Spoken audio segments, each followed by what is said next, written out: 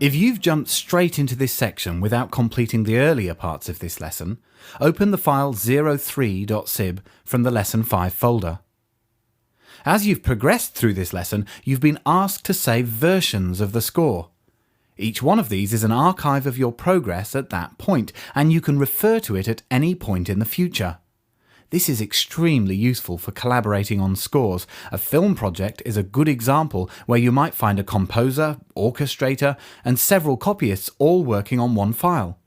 But it's also useful in other settings, such as in education, where a student can track the progress of their composition for a creative journal. You can see these archived versions and others made before you began working on this score by clicking on the same plus button on the right side of the document tab bar that you clicked to open parts in Lesson 2. Choose any of the older versions of your score and it will be opened in a new tab. You will notice that you can't actually edit an older version of your score. Because it's an archive, it is frozen in the state that it was saved. You can, however, copy and paste any parts of this old score back into your current one. There are more options for working with versions under the Review tab in the ribbon.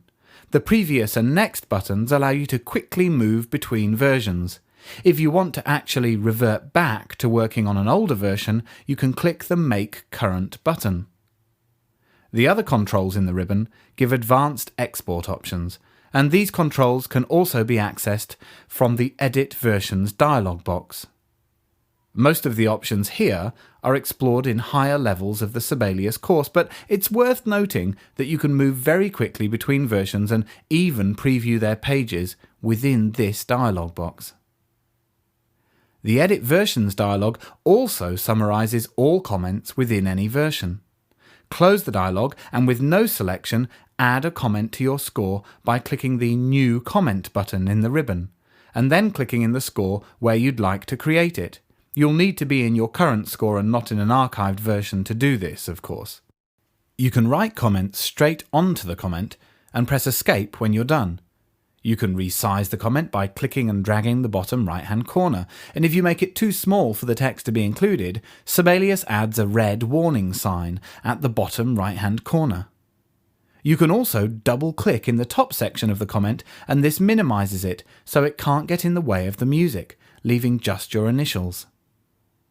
Another great way to start making a comment is to select some music first, and then click the New Comment button. Sibelius automatically includes information about which instruments you had selected, so your comment can relate to that information without having to first write it out.